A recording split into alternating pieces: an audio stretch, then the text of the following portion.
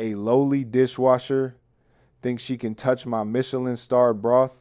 The arrogant head chef screamed at the top of his lungs. He violently shoved the massive steel pot off the stove.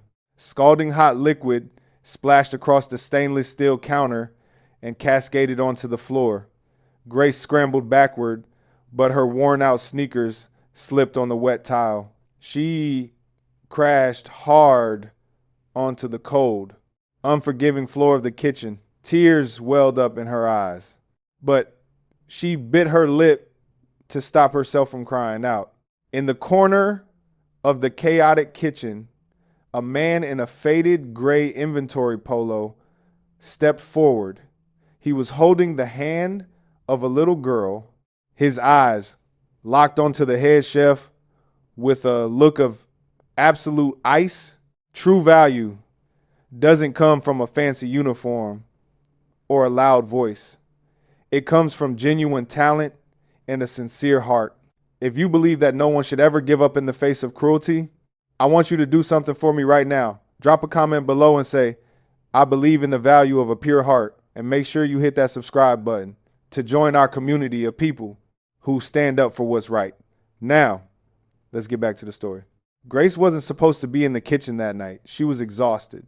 Her hands were cracked and blistered from scrubbing pots in boiling water for 10 hours straight. But she desperately needed the overtime pay.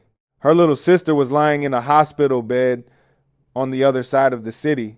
The medical bills were piling up faster than she could ever pay them off on minimum wage. Grace took every extra shift she could get. She never complained. She just kept her head down and did her job. But Grace had a secret. She possessed a culinary gift that most chefs would kill for. She had an absolute perfect palate. She could smell a missing ingredient from across a crowded room. She could taste a dish once and instantly recreate it perfectly from memory. But in this high-end restaurant, her talent didn't matter to the people in charge. She was just an invisible girl covered in dishwater. The man running the kitchen was Chef Marcel. Marcel was a tyrant. He wore his pristine white chef's coat like a king's robe. He loved reminding everyone that he had won a Michelin star 5 years ago. But the truth was, Marcel was losing his touch. His recipes were outdated and lazy. His sense of taste had been ruined by years of arrogance and heavy smoking. Instead of improving his craft, he covered up his mistakes by using obscenely expensive ingredients. He masked bland flavors with truffles, caviar, and heavy butter. And whenever a dish came back to the kitchen, he blamed the waitstaff or the prep cooks. He was a bully who survived by stepping on everyone below him. Standing quietly near the walk-in freezer was a man named Edward. Edward was wearing a cheap pair of jeans and a faded gray polo shirt with a clip-on name badge. The badge simply read, Inventory. He was holding the hand of his 7-year-old daughter, Mia. Nobody in the kitchen paid any attention to them.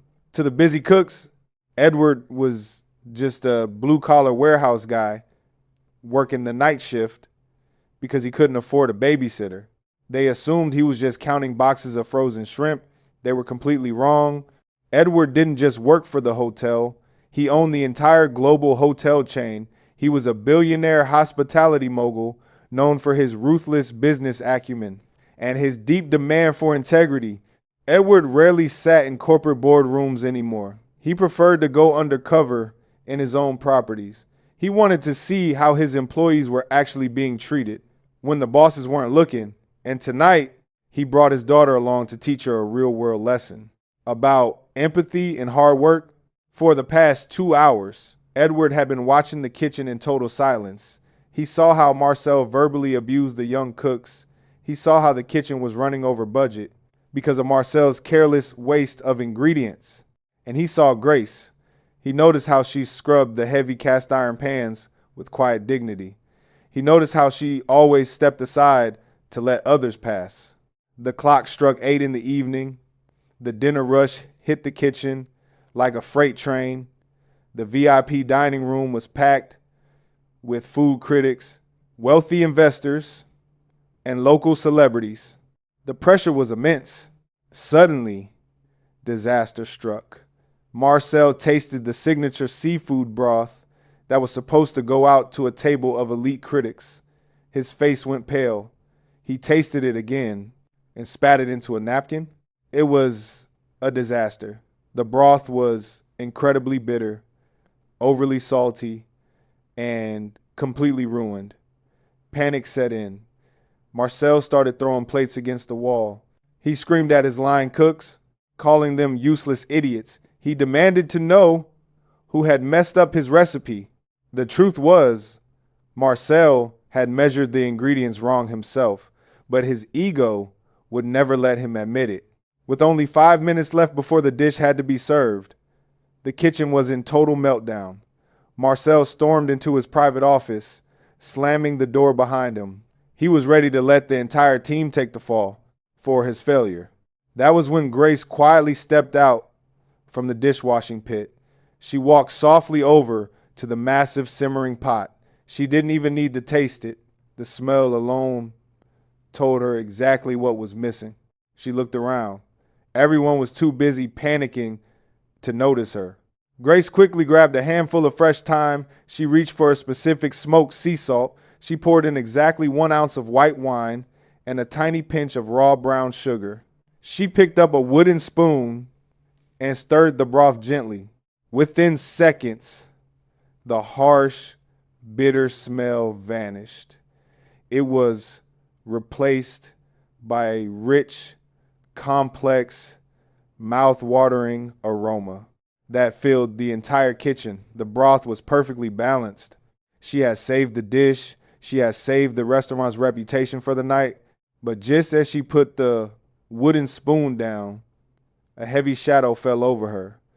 Grace froze. She slowly turned around. Chef Marcel was standing right behind her.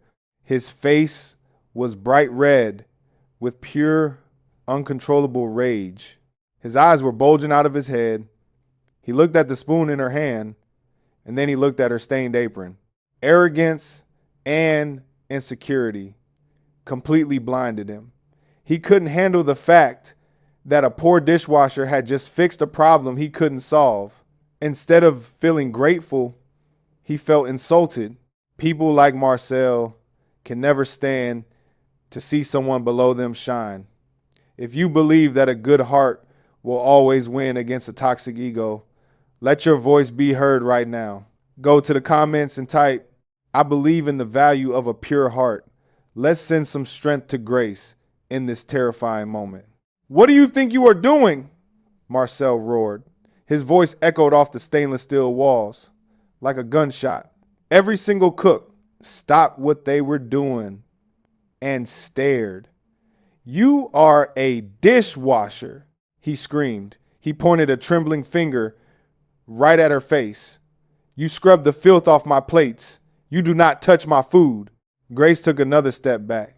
Her hands were shaking uncontrollably. "Chef, I just smelled that the balance was off," she whispered. "I only added a pinch of thyme and smoked salt to cut the bitterness." Marcel grabbed a tasting spoon and aggressively dipped it into the pot.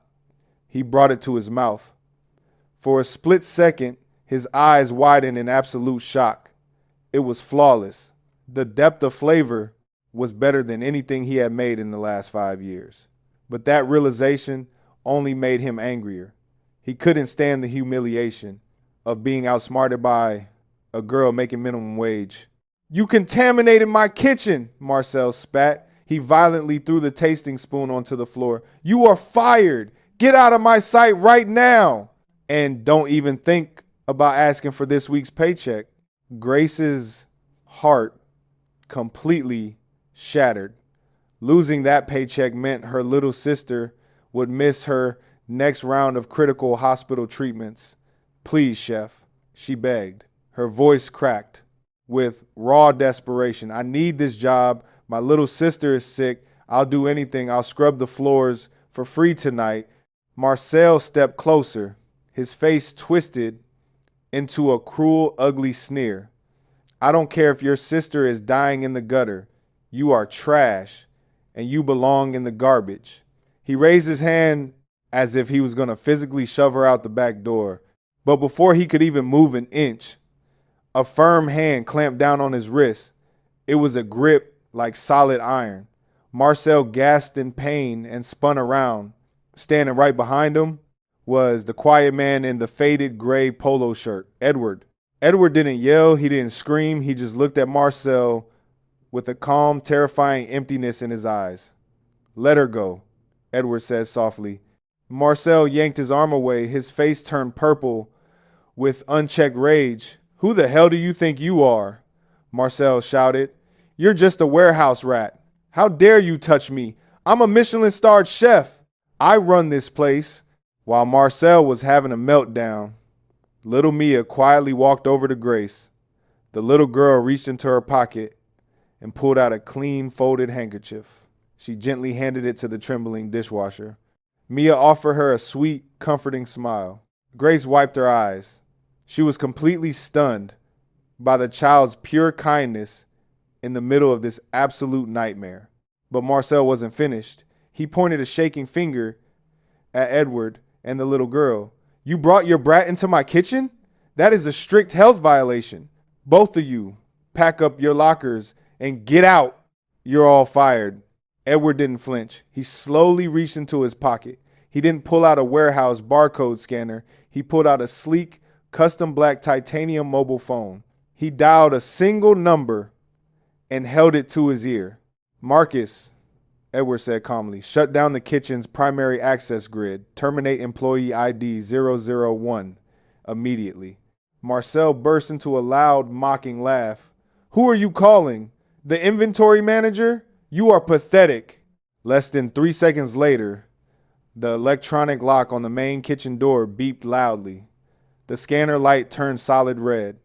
Suddenly, Marcel's digital access badge beeped and flashed a dead yellow. His executive override was completely gone. The busy kitchen went completely silent. Edward slowly unclipped the cheap plastic badge from his shirt. He tossed it into the nearest trash can.